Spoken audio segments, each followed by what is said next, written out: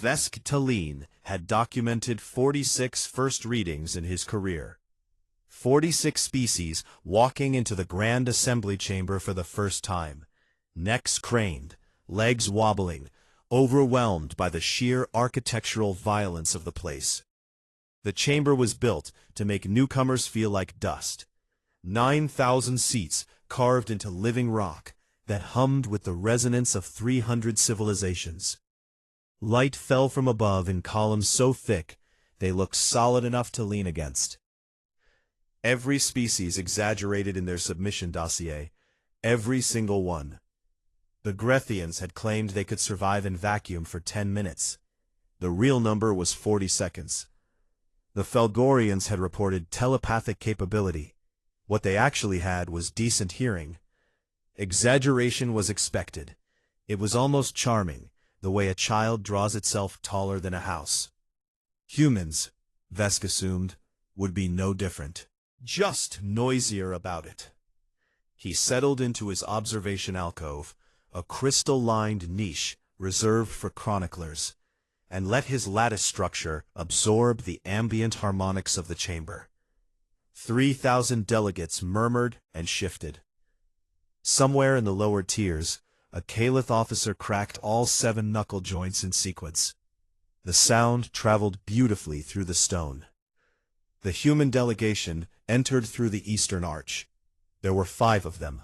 5 for a first reading. Most species sent 30, sometimes 50, a show of depth, of numbers. The humans sent 5 people in dark clothing that fit them like second skin, and they walked in a formation that was either military or the result of genuinely not caring about protocol. The woman at the front was tall for a human. Ambassador Juno Achebe, according to the file. She moved through that enormous chamber the way a river moves through a canyon. Not fast, not slow. Inevitable. Her face held the kind of calm that most species had to medicate themselves to achieve. Vesk noted her, filed her under composure, unusual for a client species, moved on. The bureau analyst took the central platform and activated the projection array. Earth's dossier materialized in light above the chamber, dense, scrolling, packed with data that Vesk could already tell was going to be entertaining. Species designation, human. Homeworld, Earth. Sol system, galactic fringe. The analyst paused. The following biological and behavioral claims have been submitted for verification. The first claim appeared in light, 3 stories tall. Humans can operate without sleep for extended durations under high-stress conditions. Documented cases exceed 72 hours. A ripple of amusement moved through the chamber.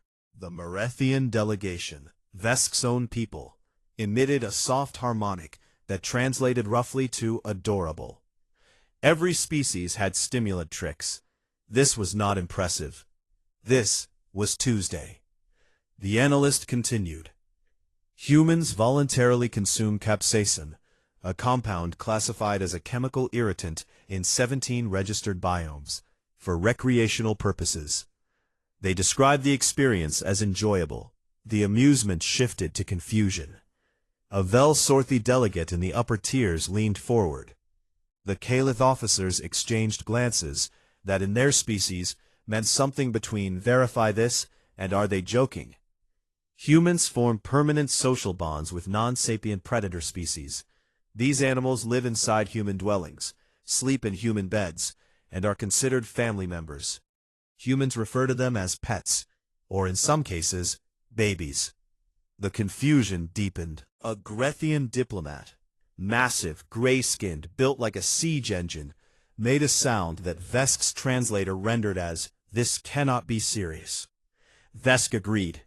Pack bonding with predators was a theoretical vulnerability marker in every xenobiology textbook he had ever read. No sane species did it on purpose. The analyst, to his credit, maintained a professional tone as he continued. Humans engage in voluntary sustained locomotion over extreme distances as a form of recreation. Standard distances range from 10 to 42 kilometers. Events exceeding 100 kilometers are not uncommon. Participants describe these activities as fun. The assembly laughed. Not polite laughter. Not diplomatic laughter. The full-throated, body-shaking kind that made the stone hum. A Felgorian delegate in the third tier laughed so hard, something in its jaw dislocated with an audible crack. The laughter fed on itself, rolling through the chamber in waves, each new delegation catching it from the last. Vesk let his lattice ring with the harmonic of it. It was, he had to admit, genuinely funny. A fringe species claiming its people ran 42 kilometers for entertainment.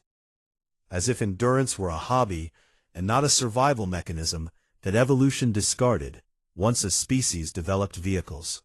The analyst finished the dossier. The chamber was still buzzing with residual laughter and disbelief. 9,000 delegates waited for the human response. This was traditionally the longest part of a first reading. The new species defending its claims, arguing its case, presenting evidence. Some species brought physical demonstrations. The Grethians had famously bench-pressed a shuttle. Ambassador Achebe stood. The chamber quieted. Not out of respect, out of curiosity. What could she possibly say? Not scanning it, that would imply she was searching for something. She looked at it the way a person looks at weather, acknowledging it, not impressed by it, not afraid of it. Earth thanks the assembly for its time and attention, she said. Her voice carried without amplification, which should not have been possible in a chamber that size. We will allow our record to speak for itself in due course. She sat down. 12 words. Vesk counted them twice to be sure. The shortest first reading response in the history of the Galactic Concord. No defense, no evidence, no shuttle bench pressing. 12 words and a silence that landed heavier than any of them. Vesk logged it as cultural incompetence, a species too naive to understand it had just been publicly humiliated. He felt something almost like pity. The vote for Earth's ranking was nearly unanimous. Provisional client species, one step above decorative organisms that the maintenance crews scraped off ventilation ducts. 309 votes in favor. 2 abstentions. The Velsorthi. Nobody asked the Velsorthi why they abstained. Nobody ever asked the Velsorthi anything. They were the oldest civilization in the Concord, and they had perfected the art of silence so thoroughly that most species forgot they were in the room.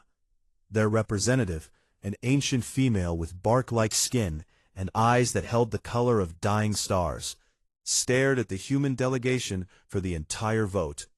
Not at Achebe, past her, at the security officer leaning against the wall near the eastern arch. Vesk noticed the staring, filed it, moved on. He passed the security officer on his way out. Corporal Voss, according to the manifest. She stood with her arms crossed and her back flat against the wall, watching delegates stream past like she was counting cattle through a gate. A Grethian, twice her mass, 3 times her density, clipped her shoulder as it passed. The impact should have moved her, should have at least shifted her weight.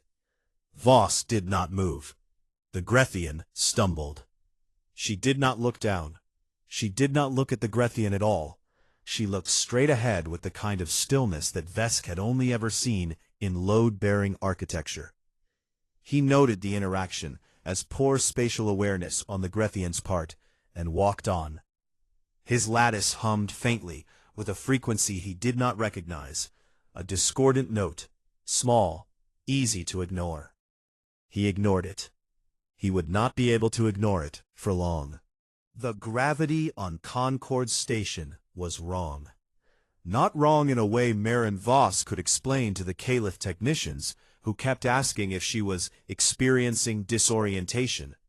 It was wrong the way a photograph of home is wrong. Everything in the right place, nothing in the right weight. She had grown up in Montana, where gravity came with wind and dust and the smell of sage after rain. Here, gravity was clean, sterile. It held her down without touching her. She adjusted by the second hour, stopped noticing by the third. The Caliph monitors made a note of this. She saw them making it. She did not ask what it said. The threshold trials were mandatory for all client species, a standardized gauntlet designed to measure biological capability across 9 categories: endurance, toxin resistance, thermal tolerance, cognitive function under stress.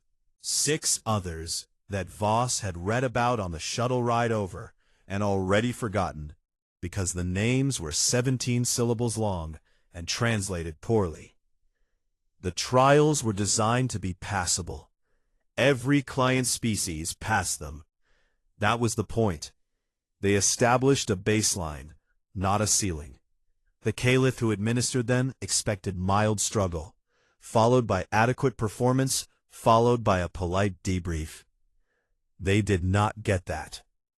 The endurance circuit came first, a 9-hour obstacle course through shifting terrain, artificial gravity zones that fluctuated between 0.4 and 2.1 standard, temperature swings, atmospheric changes designed to simulate hostile planetary conditions. The average client species completed it in 4 hours and collapsed in medical. The fast ones did it in 3 and spent 2 days recovering. Voss did it in 6. Not because she was slow, because she paced. She walked when she could, jogged when the terrain demanded it, ran only when running was the only option. She drank water at every station. She ate a ration bar at the halfway point, and chewed it like she was sitting on a fence post, watching the sunset. The Caliph monitors did not understand what they were seeing. Their species was built on the ambush model. Everything stored, everything released in one devastating burst, then a long recovery. The concept of a predator that metered its energy, that held back on purpose, that treated exhaustion as a resource to be managed rather than a wall to be hit, it did not fit any model they had. She finished the circuit and walked to the water station. Her heart rate was elevated. Her breathing was deep but controlled. She was not winded. She was thirsty. "Is there a longer version of this?" she asked the monitor. She was not being arrogant. She was genuinely asking. The monitor did not answer. He was too busy recalibrating his instruments. The toxin resistance panel came next, a sealed chamber where subjects were exposed to a battery of atmospheric irritants, chemical compounds that were classified across Concord species as anything from mildly unpleasant to immediately incapacitating. Voss sat in the chamber while they pumped in agent after agent. 2 of the compounds, classified as incapacitating for 3 registered species, produced no visible response. One made her eyes water. She wiped them with the back of her hand. One made her sneeze. The medical team flagged the sneeze as a potential seizure. Voss explained sneezing. She explained it twice, because the first explanation, "my nose got tickled and my body decided to explode about it," was deemed insufficiently clinical. The medical team requested a second opinion from a xenobiologist, who spent 40 minutes studying the sneeze footage, and declared it a violent involuntary expulsion event with no clear survival benefit. Voss said, "Yeah, that's a sneeze." The psychological pressure battery was last. Simulated isolation, sensory deprivation, escalating threat scenarios projected directly into the testing environment, predator shadows, environmental collapse, the sound of structures failing. Standard client species showed predictable stress curves, rising cortisol analogs, declining cognitive function, eventual shutdown, or panic. Voss's stress hormones spiked. The monitors watched them climb on their displays, the numbers ticking up like a countdown. And then, at the exact point where every other species began to break, her chemistry reversed. Not dropped, reversed. Cortisol levels flattened. Heart rate steadied. Cognitive function scores actually improved. The monitors had never seen a biological system fight its own chemistry in real time and win. Voss called it getting a grip. The monitors called it unprecedented autonomous neurochemical override, and sent the data to 3 different research departments before the session was even finished. She was halfway through the final scenario, a simulated structural collapse, when something went wrong. Not simulated wrong, actually wrong. A mechanical arm on the testing rig failed. A piece of equipment the size of a Grethian torso broke free from its mount and swung downward on a trajectory that intersected exactly with the observation alcove where a Merethian chronicler was taking notes. Vesktalion did not see it coming. His lattice was tuned to the data feeds. His attention was on his instruments. He was composing a sentence about human pain tolerance that he was quite proud of. Voss saw it. She was 12 meters away. The equipment was falling. The math said she could not reach him. The math said a lot of things about humans that turned out to be wrong.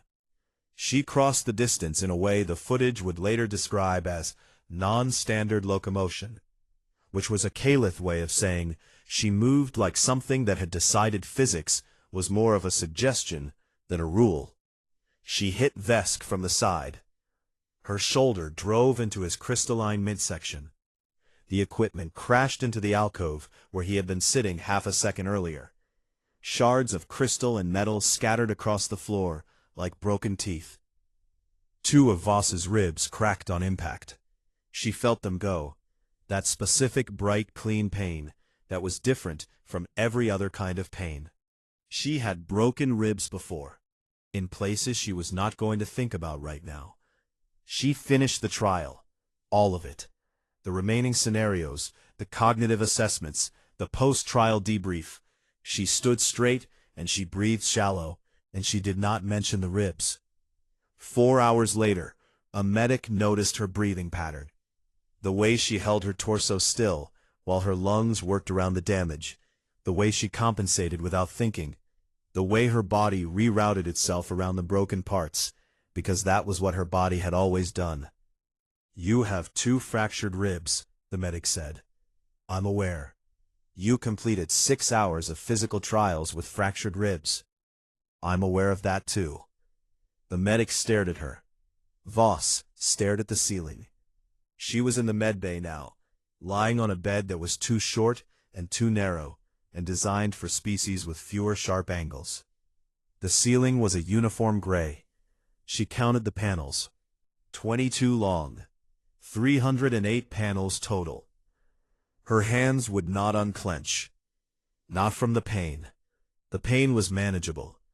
The pain was almost comforting, because pain was a thing she understood, a language she was fluent in, a country she had citizenship in. Her hands were clenched because of the impact. Not the equipment, the body, Vesk's body against her hands. The weight of someone else's life passing through her palms in a half-second window, where everything was touch and force, and the absolute certainty that she would not let go.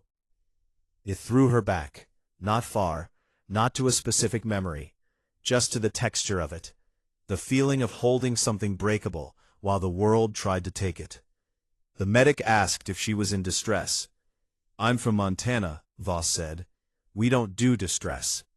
Her hands stayed clenched. She counted ceiling panels until they opened on their own. It took 116 panels. She did not rush it. Somewhere on the station, Vesktalion was in his quarters, staring at the place on his crystalline torso where human hands had gripped him hard enough to leave thermal imprints. The warmth had faded, but the frequency had not. Something in his structure was ringing at a pitch he could not identify and could not silence. He sat down to write his report. He wrote, "Human subject displayed adequate reflexive response," and stared at the words for a long time. He deleted them. He did not know what to write instead. That was a first. In 46 species and 14 years of documentation, Vesktalion had never not known what to write. He left the report blank, and sat in the dark, and let the unknown frequency ring. Somewhere else on the station, Commander Draft Sokara received the trial data in a routine intelligence briefing. He glanced at the numbers. Interesting endurance. Unusual neurochemical profile. The rib detail caught his eye for a moment. Completing trials with fractures was uncommon, but not unheeded. Adrenaline anomalies, he said, and swiped to the next file. He would remember that dismissal later. It would keep him awake. Fleet Commander Drath Sokara had built his career on a single principle. The math does not care about your feelings. The math was clean today.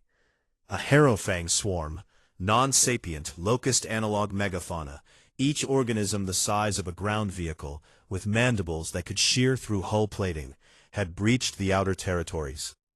3 Concord colony worlds lay in the swarm's drift path. Drath had the resources to defend 2 of them. The third was a small agricultural settlement on a moon called Velar IX. Population, 400. Mostly Velsorthi elderly. A small contingent of Merithian archivists. No strategic value. No military infrastructure. No extraction priority.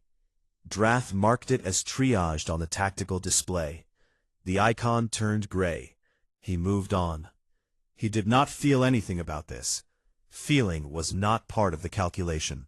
Calith military doctrine, the most successful combat philosophy in the Concord's history, was built on the elimination of sentiment from tactical decision-making. Resources were finite. Threats were quantifiable. Lives were numbers, and numbers had hierarchies, and hierarchies determined who lived and who became an acceptable loss. Drath had made this calculation 612 times in his career. He slept well after every one. His tactical display chimed, an incoming communication from the human embassy. He accepted it with the mild interest of someone swatting a fly. The humans were a client species, barely worth the bandwidth. Ambassador Achebe appeared on his screen. She was standing. Drath had noticed that humans preferred to stand during confrontations, which was inefficient but mildly intimidating in a way he would never admit to finding interesting. I'm contacting you regarding the settlement on Velar IX. The settlement has been triaged, Drath said. Resources are allocated. The decision is final. I'm not asking you to change your decision. Drath paused. This was not how client species behaved. Client species begged. They argued. They presented emotional appeals that Drath endured with professional patience before denying them. They did not call to not ask for things. Then why are you calling?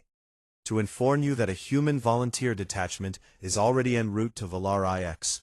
32 Marines. They will arrive in 6 hours. Drath stared at her. The math rearranged itself in his head, tried to accommodate this new variable, and failed. The settlement is indefensible, he said. A force of 32 cannot hold against a Harrowfang swarm of this density. Your Marines will die. We are not defending it. We are refusing to leave it. The communication ended. Achebe had not waited for permission, clarification, or acknowledgement. She had delivered information and disconnected. Drath sat in his command chair and turned the sentence over in his mind. Not defending it, refusing to leave it. The words use the same verbs as military operations, but describe something his tactical framework had no category for. He reassigned a surveillance drone to Velar IX. Not to assist, to watch. He told himself it was for intelligence purposes. The human detachment landed on Velar IX in 2 shuttles that were older than some of the Concord's museum exhibits. They carried standard infantry weapons, field medical kits, and what the supply manifest described as supplementary ignition materials. It took Drath's analysts 20 minutes to determine that supplementary ignition materials meant fire-starting equipment. The humans were bringing fire to fight a swarm of bio-armored megafauna. Drath watched the drone feed with the expression of a mathematician watching someone try to solve an equation with a hammer. The Marines deployed in patterns that made no sense to Calith tactical doctrine. They spread thin, far too thin for a defensive perimeter. They dug channels in the soil. They placed ignition charges along geological features that Drath's analysts had never considered tactically relevant. They moved with a coordination that was not synchronized, not regimented, but something else. Fluid, adaptive, like water finding the fastest path downhill. The swarm hit at dusk. Drath expected the feed to last minutes.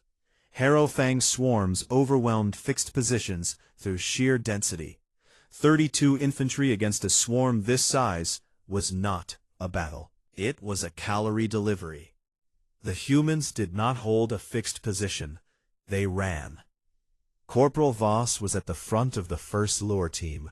6 Marines sprinting across open terrain, making noise, firing tracers, dragging the swarm's attention like a thread pulling a curtain. The Harrowfang were fast. The humans were not faster. But the Harrowfang ran in straight lines, and the humans did not. They curved. They doubled back. They used terrain features, ridges, dry riverbeds, boulder formations to break the swarm's momentum, to split the mass into smaller streams that the geological kill zones could handle. When the first stream entered a narrow canyon, the ignition charges lit. Fire. Real fire. The kind that predated every technology in the Concorde's arsenal by 100,000 years. The canyon became an oven. Harrowfang exoskeletons cracked in the heat. The swarm stream collapsed. Drath leaned forward in his chair. The second lure team took over when the first team's legs gave out. Then the third. Rotation. Pacing. The same principle that had baffled the Calith monitors during the Threshold trials. Humans treating their own exhaustion as a managed resource, spending it in shifts, buying time the way other species bought it with firepower. 6 hours in, 8, 12. The Marines drank water, ate ration bars, rotated positions, treated injuries in the field without stopping the operation. A Marine with a dislocated shoulder popped it back in, swore once, and returned to the lure line. 14 hours in, something broke in the pattern. Not the human pattern, the swarms. The Harrowfang were biological machines, driven by scent and motion. 14 hours of being redirected, burned, split, and funneled had done something to their swarm logic. They were confused. Streams that should have converged began to scatter. 16 hours. The swarm broke, not defeated, redirected. The surviving organisms scattered into terrain, where they would dissipate naturally over the following weeks. The settlement stood. 400 people, elderly, archivists, farmers, alive because 32 humans had decided that the math was wrong. 2 Marines were severely injured. None were killed. Voss had a gash on her shoulder that had been bleeding for 6 hours. She had tied it off with a strip from her undershirt and not mentioned it to anyone. Drath watched the feed. He watched all of it. But the part he could not stop watching was not the tactical footage. It was the last hour. The settlement's population had been moved to a central shelter during the operation. When the swarm scattered and the all-clear was given, the Marines began escorting civilians back to their dwellings. Except one of the Velsorthi elders could not walk fast enough. Her legs were old. The terrain was broken. Swarm debris littered the ground, sharp and hot. Voss knelt in front of the elder. She said something the drone's audio could not capture. The elder placed her hands on Voss's shoulders. Voss stood, lifting the elder onto her back, and began walking. 2 kilometers, over broken ground, through territory that still smelled like burnt exoskeleton and gun discharge, with a bleeding shoulder and the kind of exhaustion that turned bones into sand. Voss talked the entire way. The drone caught fragments. She was telling the elder about a place, a ranch, mountains, snow that came in October and didn't leave until April. A dog named Hatchet who was afraid of chickens. The elder's hands gripped Voss's shoulders. Voss did not slow down. She did not stop talking. Drath watched this 3 times. He did not understand it, not tactically. Tactically it was wasteful. An able combatant burning her remaining energy on a non-essential transport task. Any rational doctrine would have assigned a non-injured Marine or waited for a vehicle. Voss had done neither. She had knelt, she had lifted, she had carried. On the fourth viewing, Drath paused the footage on a frame where Voss's face was visible. She was mid-sentence, talking about the dog, probably. Her eyes were focused on the path ahead. Her jaw was set. Her shoulder was bleeding through the makeshift bandage. She looked exactly like someone carrying something she had no intention of putting down. Drath filed his after-action report at 0300 station time. Under the section labeled Tactical Assessment of Human Forces, he wrote a single line, deleted it, and wrote it again. They do not calculate acceptable losses. Clarification pending on whether this is a weakness. He stared at the screen. For a long time, his seven-limbed body was perfectly still, a caliph at rest, conserving energy, waiting for the next burst. But his mind was not at rest. His mind was replaying a 2-kilometer walk on a broken moon, and the sentence he had not added to the report was louder than the one he had. He did not sleep that night. For the first time in 612 decisions, the math kept him awake. Vesk Tallinn had 14 months of data, behavioral logs, biometric readings, cultural analyses, cross-referenced observations from 9 separate encounters with human personnel, 42 pages of notes written in precise Merethian harmonic notation, each entry time-stamped and categorized and filed according to the chronicler's standards that his species had maintained for 11,000 years. All of it was technically accurate. None of it was true. He knew this the way you know a crack is spreading through a wall, not because you can see the break, but because the sound of the structure has changed. His crystalline lattice had been vibrating at an unfamiliar frequency since the day Corporal Voss had driven her shoulder into his midsection and shoved him out of the path of a falling machine. The thermal imprint of her hands had faded within hours. The frequency had not faded at all. It had deepened, made itself at home in a part of his structure he had not known existed. He prepared his testimony for the reassessment hearing in his quarters, alone in the dark, because Merethians thought best when their lattice was not competing with ambient light frequencies. He read his notes. He organized his conclusions. He practiced the harmonic patterns that would convey authority and expertise to the assembly. Everything sounded hollow. The Grand Assembly Chamber was full for the first time since the Grethian Caliph border dispute 40 years ago. 9,000 seats occupied, standing room delegations packed into the upper galleries. The air thrummed with the combined biological output of 300 species: heat, scent, electrical discharge, pheromonal signatures, layered so thick that Vesk's lattice buzzed like a tuning fork in a thunderstorm.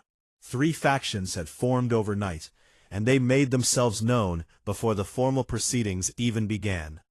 The dismissives spoke first. The Caliph delegation, led by a senior military advisor whose 7 limbs were arranged in the formal posture of reasoned superiority, presented their case with brisk efficiency. Humans were biological anomalies. Interesting endurance, crude methods, rudimentary tactical instincts amplified by adrenaline chemistry. Upgrade them to standard client species.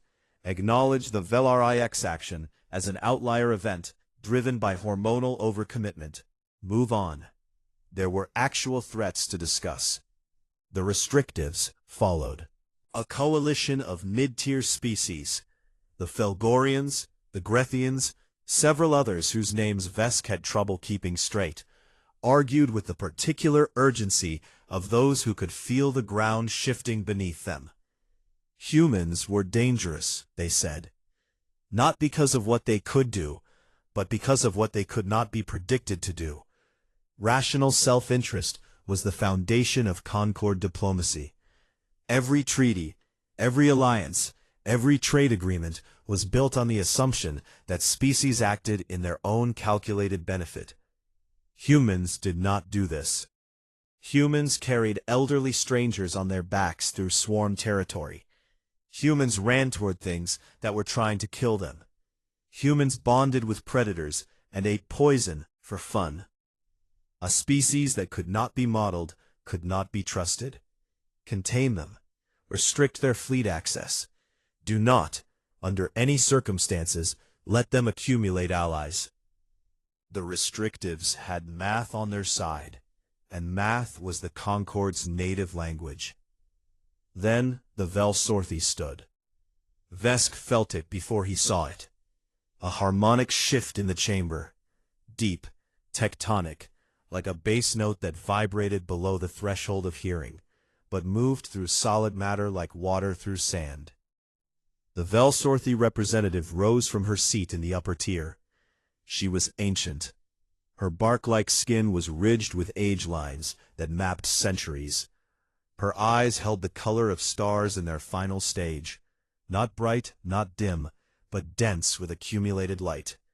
She walked to the speaker's platform at a pace that made the entire chamber wait. 9,000 delegates held their breath, or their equivalent, or nothing at all, just watched, because the Velsorthi had not spoken in formal assembly in 67 years, and when they spoke, the Concord listened with the particular attention reserved for things that might only happen once. "Skip rank elevation," she said. Her voice was dry and deep and carried without effort. Humanity should bypass client tiers and be granted sovereign partner status, effective immediately. The chamber did not erupt. It detonated. 300 species, producing 300 different sounds of shock and outrage and disbelief, layered on top of each other, until the acoustic environment became a physical force that Vesk felt in his joints. The Caliph delegation was on its feet. The restrictive coalition was shouting. A Felgorian delegate cracked the armrest of its seat with the force of its grip. The Velsorthi representative stood in the center of the noise and said nothing else. She had made her motion. The storm was someone else's problem. Order was restored. Barely. Vesk was called to the speaker's platform as an expert witness.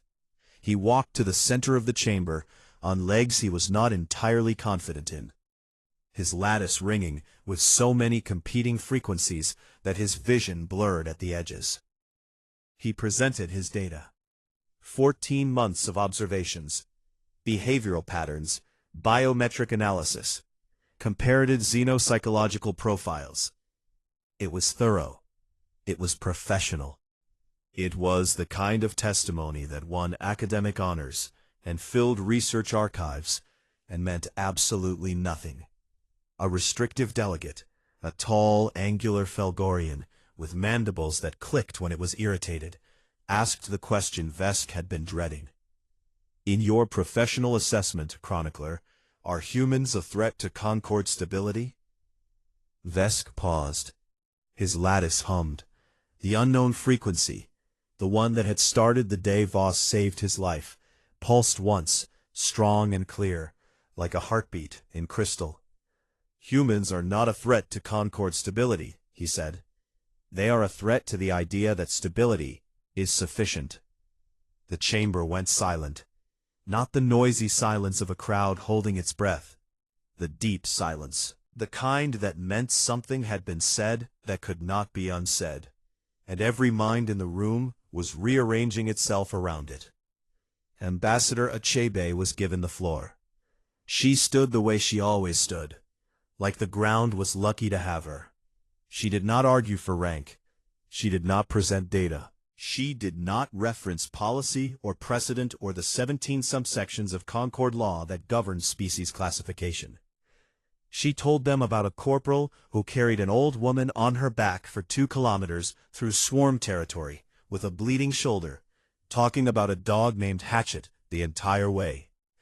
She told them about a species that ran distances most civilizations reserved for vehicular travel and called it a weekend hobby. She told them about a planet where the apex predator had looked at wolves, actual fanged pack-hunting wolves, and decided they would make excellent roommates. She told them about a species that split the atom, held the power to end itself in its own hands, and chose twice not to use it. "You measured what we can do," she said. "You never asked what we are willing to do. Those are different numbers." The chamber was so still that Vesk could hear the harmonic signature of the stone itself. "The second number does not have a ceiling." She sat down. Vesk stood in the observation gallery afterward, watching the delegates file out. The vote had been tabled. No resolution. The factions were too entrenched, the implications too vast, the precedent too dangerous to establish in a single session. But something had shifted. Not in the room, in the people in it. Vesk could feel it, a harmonic change in the ambient frequency of the station, subtle but real, like the moment before a crystal changes phase. He stood by a viewport and watched a group of human embassy staff in the corridor below. One of them was laughing, head back, mouth open, producing a sound that Vesk's translator struggled with because it contained no information, only feeling. One was arguing about something, a sport, a food. Vesk could not tell. One was asleep in a chair, with her mouth open, and her arms hanging at her sides, like she had been poured there. They were ordinary. Ordinary in the way that water is ordinary, everywhere, essential, and capable of wearing through stone, given enough time. Vesk stood there and watched them be ordinary, and his entire crystalline structure was ringing at a frequency he had spent 14 months trying to name. He thought it might be awe. He was not sure. His species had catalogued 11,000 years of emotional harmonics. They had frequencies for grief, for joy, for intellectual satisfaction, for the quiet pleasure of a well-organized archive. They had never needed a frequency for this. Somewhere in the lower levels of the station, Commander Drath Sakara was not at the hearing. He was in his quarters, watching footage he had already watched 41 times.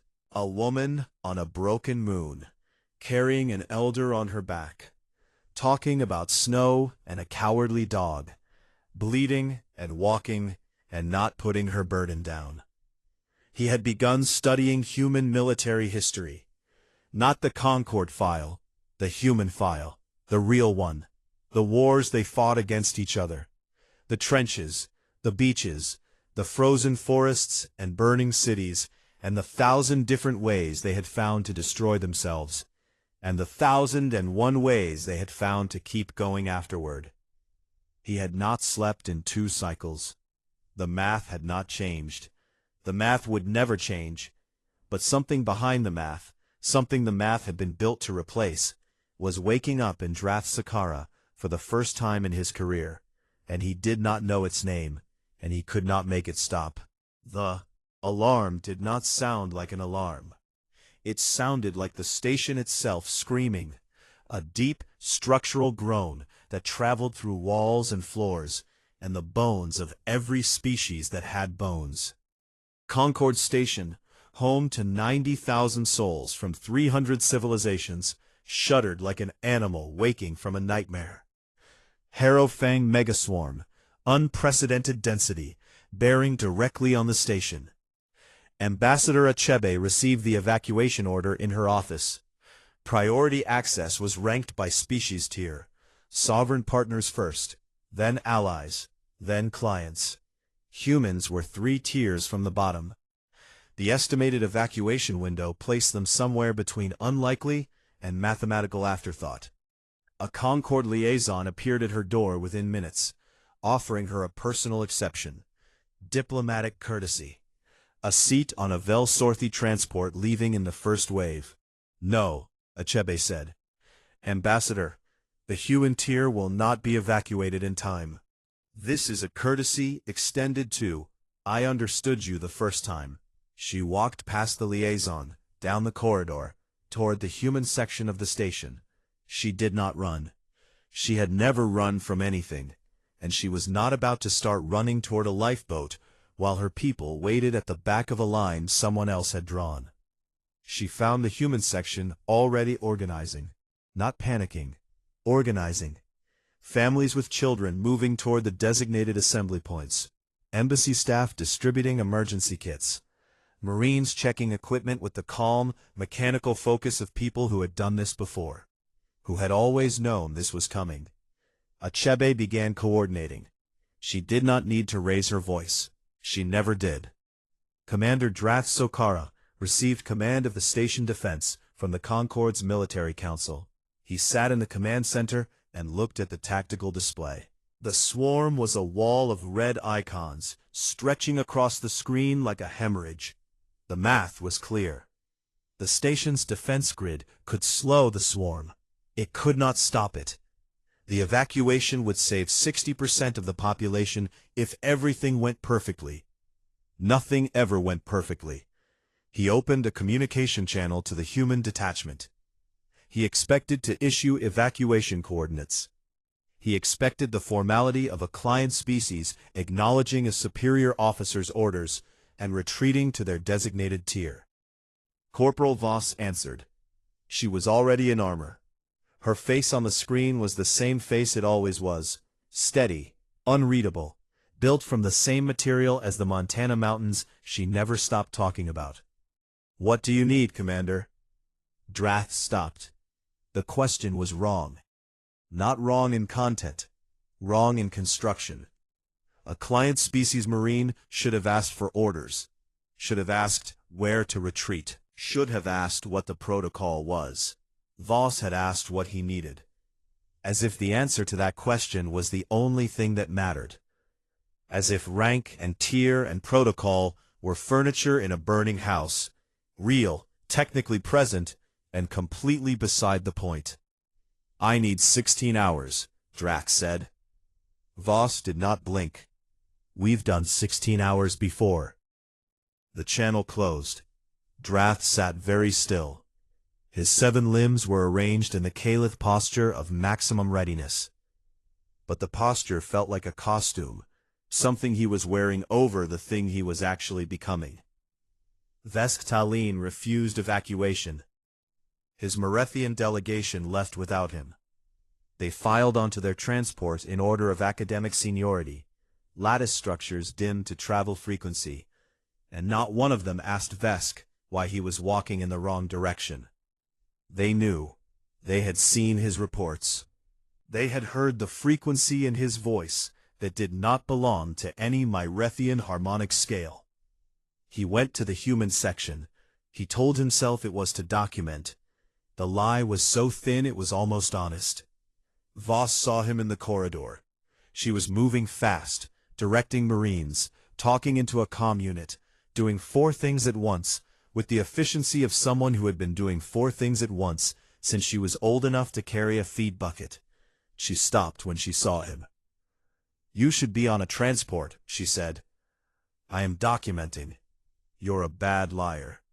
She pulled a helmet from a storage rack and tossed it to him. He caught it with both hands.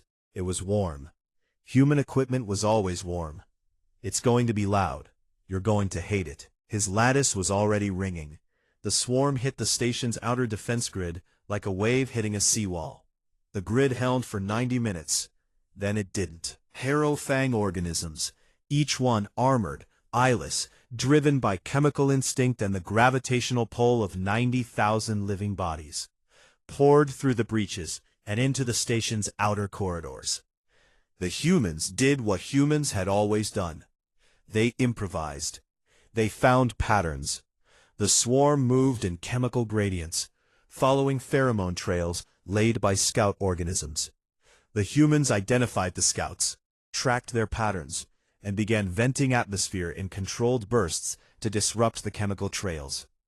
Harrowfang streams that should have converged on population centers instead scattered into maintenance tunnels and cargo bays where they could be contained and neutralized. They used the station's own infrastructure, gravitational slingshots around the station's rotating sections to redirect swarm clusters into structural dead ends.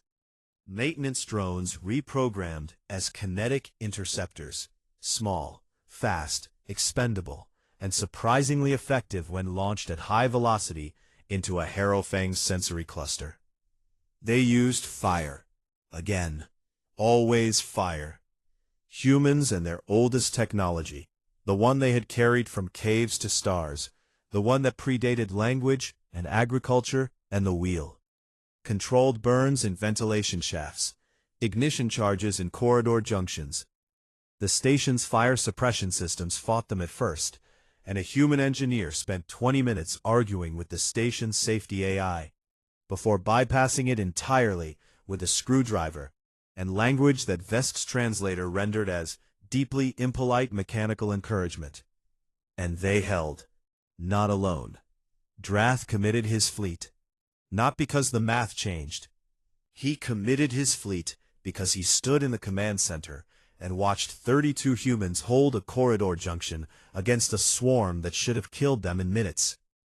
And something inside him, something the math had been built to silence, refused to stay quiet any longer. He addressed his officers. He did not use the language of acceptable losses. He did not use the language of tactical doctrine or resource allocation or probability matrices. The humans have set a standard, he said.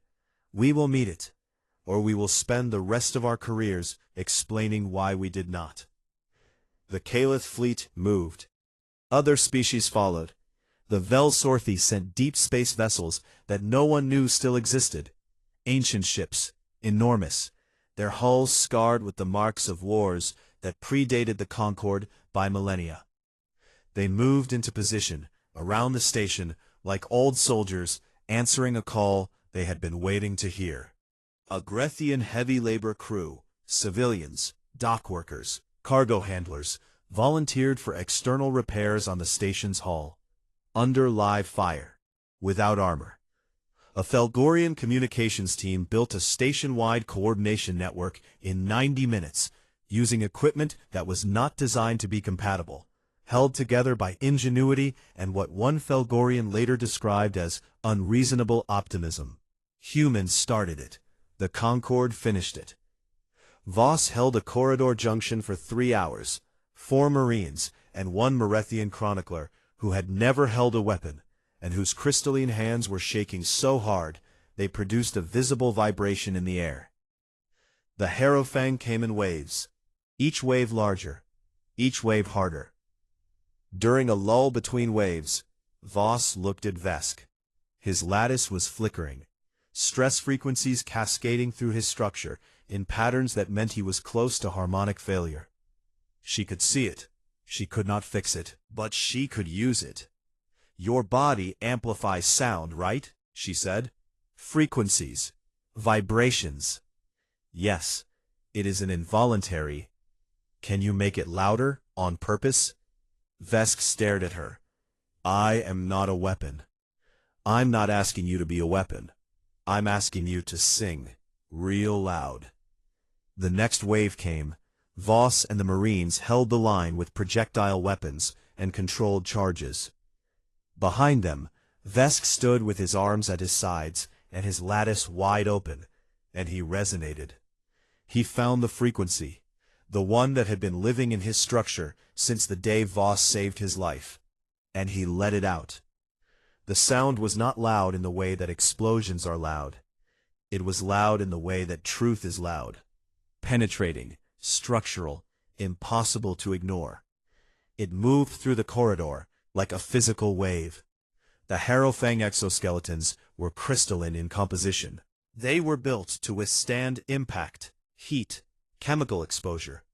They were not built to withstand resonance. The exoskeletons cracked, not shattered, cracked, fissures spreading across their armor like ice breaking in spring. The organisms stumbled, slowed. The Marines finished what the frequency started. The corridor held. 18 hours after the swarm hit, the last Harrowfang organism was neutralized. The station stood, damaged, bleeding atmosphere from a dozen breaches, its corridors scorched and its systems limping, but standing. 90,000 people alive, because enough of them had decided together that the math was not the final word. The assembly reconvened in a chamber that still smelled like burned atmosphere and ozone. Half the seats were damaged. Delegates sat where they could, stood where they couldn't, leaned against walls that were warm to the touch from fires that had burned behind them hours ago. The Velsorthi representative walked to the center of the chamber. She was the elder from Velar 9, the one Voss had carried. She moved slowly. Her bark-like skin was dusty with debris. Her eyes held the same dense ancient light they always had. She did not make a motion. She did not propose a vote. She knelt. Not submission, not worship. In Velsorthi culture, a culture older than most species' recorded history, kneeling was what you did before something you had been waiting for. A recognition that what stood before you was not new, was not surprising, was the thing you had always known was coming, arriving at last in its own time. Silence. Then a Grethian delegate knelt. Then others, slowly, one by one, species that had laughed at the dossier, species that had voted to rank humanity below decorative fungus, species that had never bent for anything in their civilizational memory. Not all, not even most, but enough. Drath was the last. 7 limbs folded beneath him with the precision of a mechanism designed for war, lowering himself to a position his species had no cultural precedent for. His face showed nothing. His eyes showed everything. His report filed that evening was 3 lines. Previous assessment, humans exaggerate. Revised assessment, we were not listening closely enough. Recommendation, sovereign partner status. Immediate, unanimous. Voss was on the observation deck. She had found a viewport that maintenance had not reached yet. Cracked, patched with emergency sealant, still holding. She sat on the floor, with her back against the wall, and her legs stretched out, and her hands open in her lap, finally unclenched, resting on her knees like they had forgotten how to make fists. She was bandaged in 6 places. Her armor was scored with Harrowfang mandible marks. She was so tired that her vision pulsed at the edges, the stars blurring and sharpening with each heartbeat. Vesk found her there. He stood in the doorway for a long time, his lattice dim, his structure still ringing with the frequency he had used to crack exoskeletons and save a corridor and become something he had never been before. He asked her why. Not the tactical question, not how, why. Why run toward the thing that kills you? Why carry someone you have never met? Why hold a line for people who laughed at your species 6 months ago? Why refuse to leave? Why? The question that every data point he had ever collected was a shadow of. The question his entire career had been circling without knowing it. Voss did not look at him. She looked at the stars through the cracked viewport, at the vast and careless dark that stretched between them and every place any of them had ever called home.